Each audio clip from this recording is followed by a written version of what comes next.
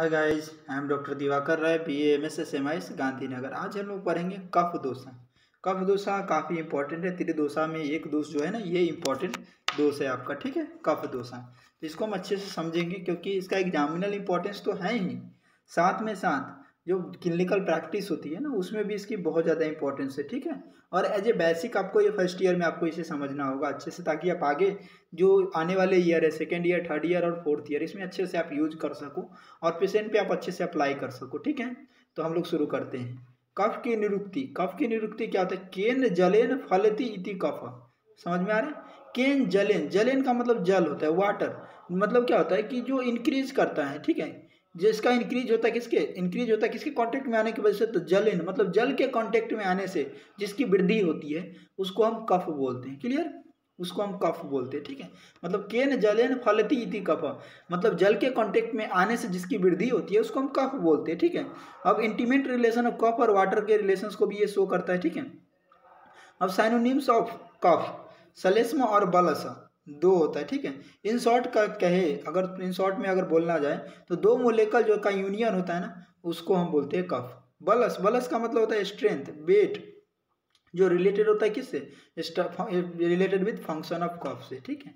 अब स्ट्रक्चर की बात करें तो सलेस्मा सौम्य, सौम्य का मतलब होता है कोल्ड, ठीक है। सोम का मतलब कोल्ड होता है, ठीक है। मतलब क्या होता है? कफ जो होता है सॉफ्ट, स्टेबल और कूल इन नेचर होता है। सौम्य मतलब कूल इन नेचर, ठीक है। अब कंपोजिशन की बात करें तो कफ जो होता है ना, कौन कौन महाभूत प्रिडोमिनेंस होगा? तो पृथ्वी और जल महाभूत प्रिडोमिनेंस होगा। क्लियर? और आगे हम बात करेंगे कफ की जो प्रॉपर्टी है वो आचार्य भागवत के अकॉर्डिंग, उन्होंने आचार्य भागवत ने अष्टांग हृदय सूत्रस्थान पहला अध्याय 12वां श्लोक में उन्होंने लिखा है, स्निग्ध शीतो गुरु मंद सलक्षण मिश्रण स्थिर कफ। मतलब स्निग्ध होगा, स्निग्ध का मतलब समझते हैं ना, वाइलीनेस। जो पूरे बॉडी में देखोगे ना कफ प्रकृति वाले पेशेंट का, तो वाइलीनेस होगा। ऐसे हाथ पे पसार के देखोगे या हाथ चला के देखोगे तो वाइलीनेस दिखेगा, चेहरा उरा पे वाइलीनेस आपको दिखेगा, ठीक है।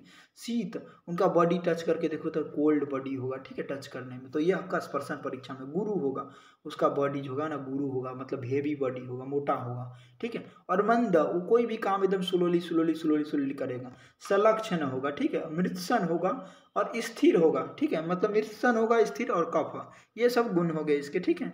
तो आपको ये सब समझ में आ गया। अब देखिए, ये हो गया आपका मृत्सन। मृत्सन मतलब ठीक ही प्रॉपर्टी होता है और स्थिर मतलब स्टेबल प्रॉपर्टी होता है, ठीक है।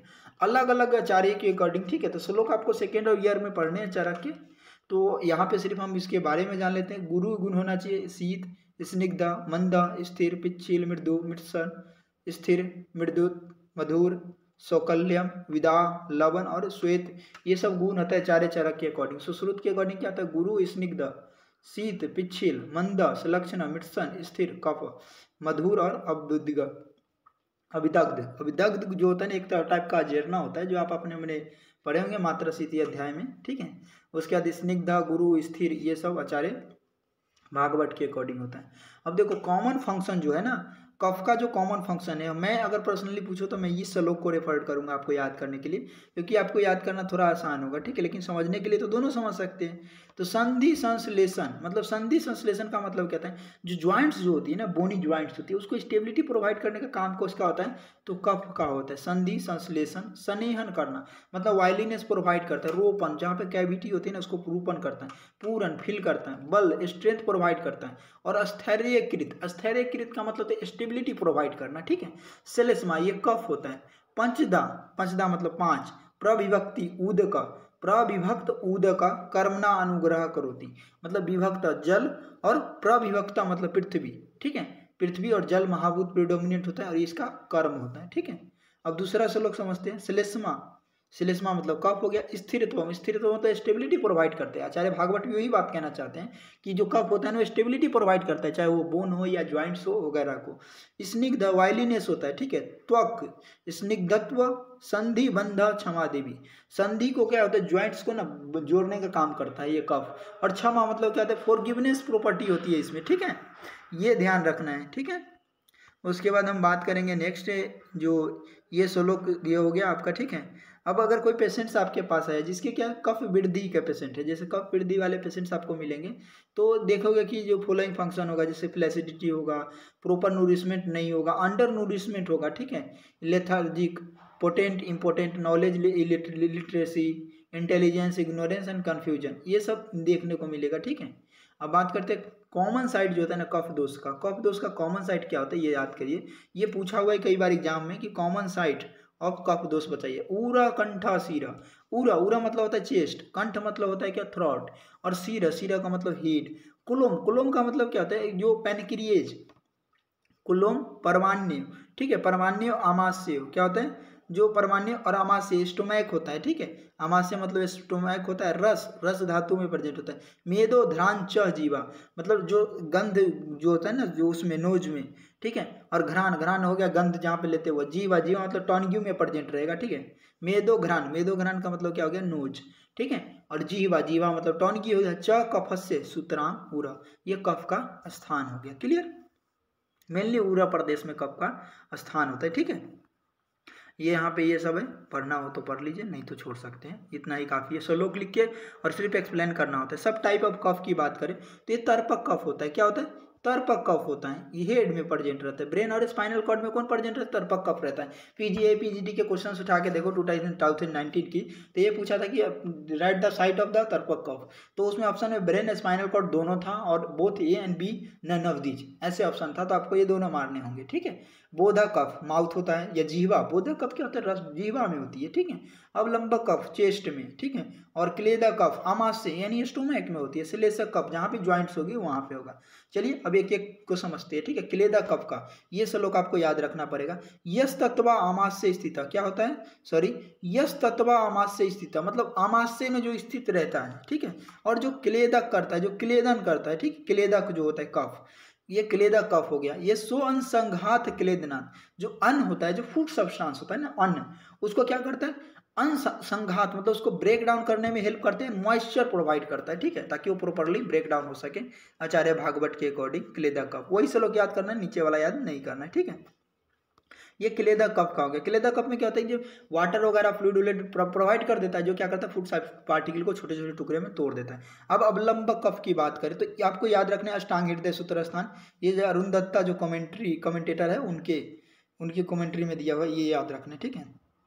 देखिए अवलंबक कफ का ये श्लोक भी याद कर सकते, ये भी याद कर सकते, ठीक है। तो मैं पर्सनली कहूँगा ऊपर वाला याद करने के लिए, क्यों, क्योंकि अष्टांग हृदय सूत्र स्थान जो 12वां चैप्टर आप पढ़ते हैं तो वहाँ भी ये श्लोक आप याद करते हो, यहाँ भी करते हो, तो आपको दोनों जगह याद करने होंगे, तो ये आपको इजिली याद हो जाएगा। हृदय श्यान बिरियाच तत्स्तवम एवा कर्म एवा अम्बु कर्मणा, ठीक है, कफ धामना च शेषानाम यत करोते अवलंबनम अतो अवलंबका सलेसमा मतलब अवलंबक कफ जो होता है ना, अवलंबक कफ मेनली कहाँ पर जाता है, हृदय, हृदय मतलब क्या होगा चेस्ट रीजन, हार्ट रीजन, ठीक है।